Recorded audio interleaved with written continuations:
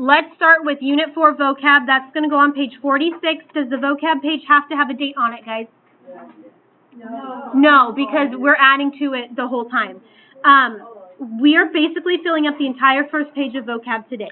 So the first vocabulary word that we have talked about is system of linear equations. A system of linear equations is two or more linear equations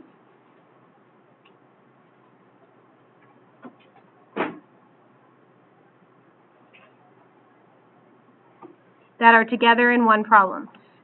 We are mostly going to be working with 2, but you can have systems of 3 equations, systems of 4 equations, systems of 5 equations, as many as you want. We are only going to be working with 2. An example of a system of linear equations would be y equals 2x plus 4 and y equals x plus 2.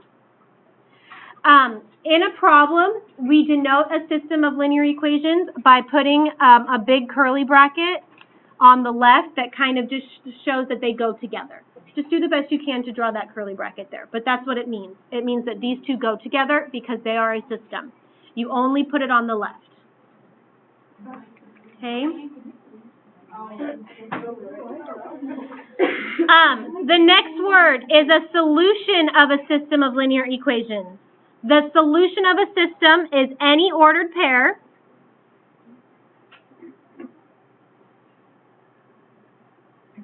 that makes all of the equations in the system true.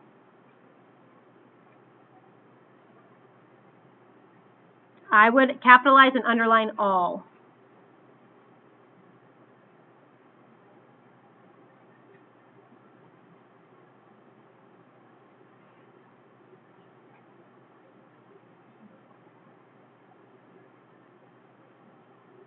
Okay, so a solution of a system is any ordered pair that makes all of the equations in the system true. So for our system that we put above,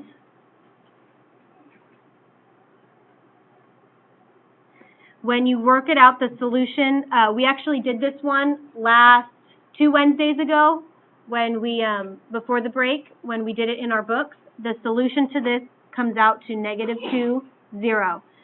That is an ordered pair. Do you have to put the parentheses around it? Yes. Yes, because it's a point on the graph. It means that -2 is your x and 0 is your y. So make sure that you are putting parentheses around all ordered pairs. Okay, the next thing that we talked about, so we talked about systems and what the solution of a system means and what it looks like. Basically, it's the point where the 2 lines cross, right? But we could classify a bunch of different ones. First, we had what was called a consistent system. And then there were 2 types of consistent systems, which is why I put an arrow, and then for independent and dependent, I cut the box in half. Because you can have an independent consistent system and a dependent consistent system. So the arrow means that it goes together. In general, a consistent system is a system that has at least one solution.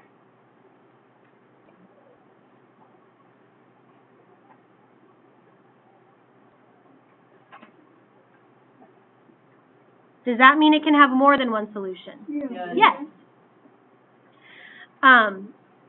I'm not going to do an example for a consistent system because we're going to do, there are 2 types of consistent, so we're going to do an example for each of the individual types. So this one, you do not have to have an example, maybe put an X through it or something. You will not be marked down, okay? Okay, so of the consistent systems, there are 2 types, independent and dependent. An independent consistent system is a consistent system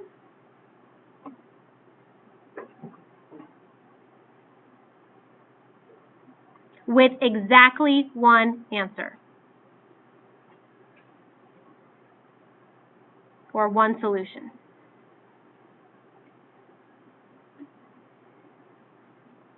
Okay, so independent is a system with only one solution.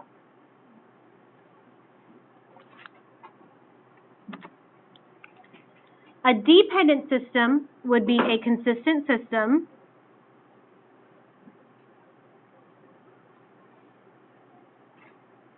with infinitely many solutions.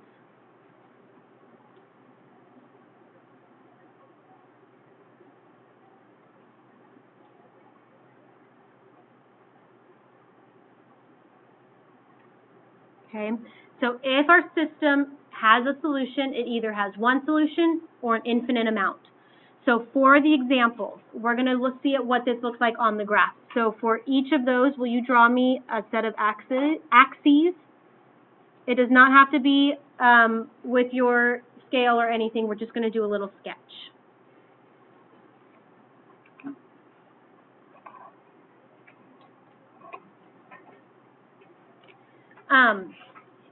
Consistent independent solution means that there's only one answer, which means my two lines are only going to cross once. So just draw two lines for me on your graph that end up crossing one time.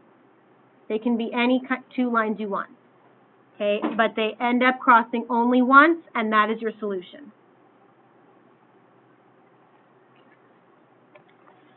Does anybody remember what the graph would look like if we have infinitely many solutions? Yeah, they end up graphing on top of each other. Basically, when you graph them, they end up being the exact same line. So the way I draw that is just a thicker line.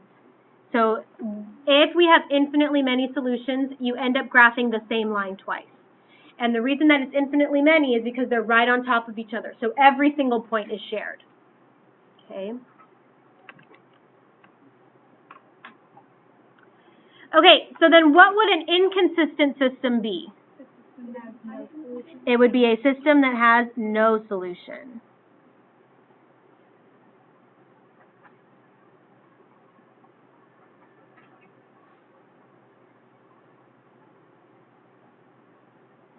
So when we graph that, two lines that never ever cross each other, parallel lines. Just do your best to make them parallel in your example. What about, like, if it touches?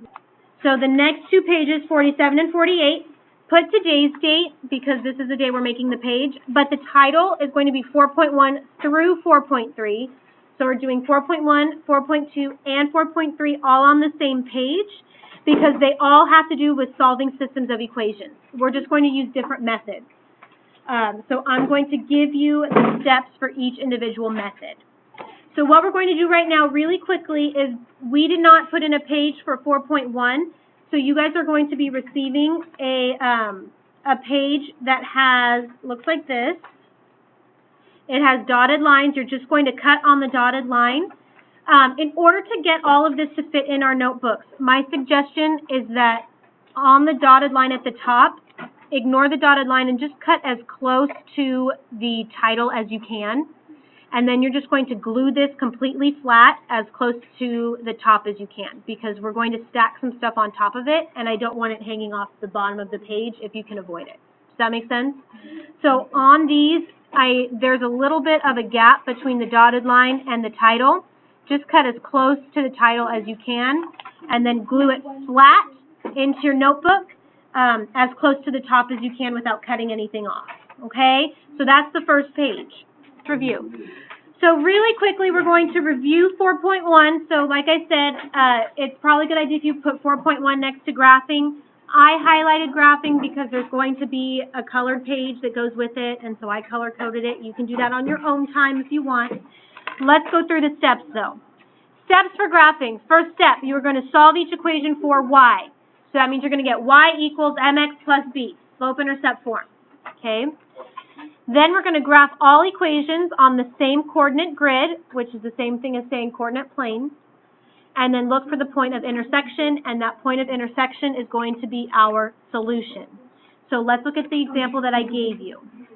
And then I put numbers here next to each step so that you can match each step with all of our work.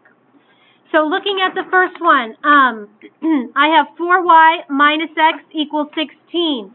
Is that in the form y equals? No. So let's rewrite it next to number 1. and we're going to get it equal to y. So we're going to get y by itself. What would be your first step in getting y by itself? Add x. To move it to the other side. Okay? So that gives me 4y equals x plus 16.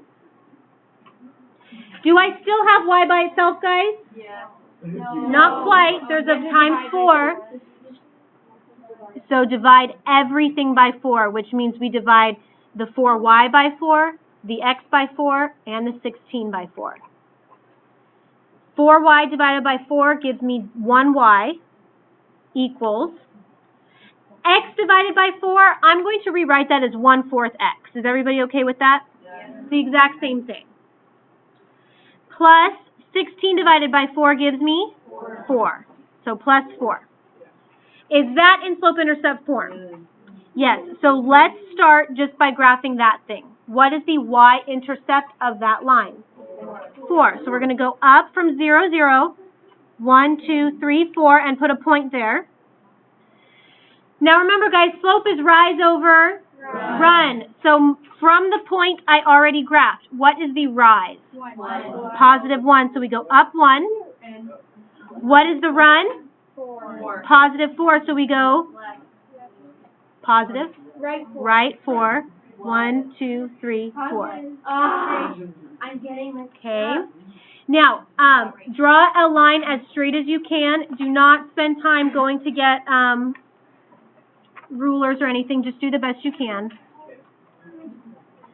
And make sure you extend it all the way through. So you can use the edge of your notebook, you can use your binder, your textbook, your paper, whatever, I don't care. Make it as straight as possible. Okay, let's look at the second equation. Is that equation in the form y equals? Yeah, we don't have to do anything to it. So I'm just going to rewrite it down below, just so that it's next to the other one. Y equals 3 over 2x minus 1. And then we're going to graph that equation as well. What is the y-intercept there? Negative 1. So you're going to go down 1. What is my rise? 3. Positive 3. So from the point, I go up 1, 2, 3. And I go right 2. Draw a line. They should intersect.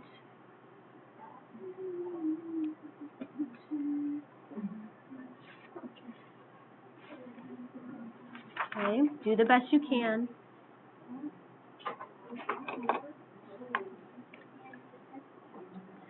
Circle that intersection point. They should intersect at the point 4, 5, or at least close to it, if you didn't get your lines perfectly straight.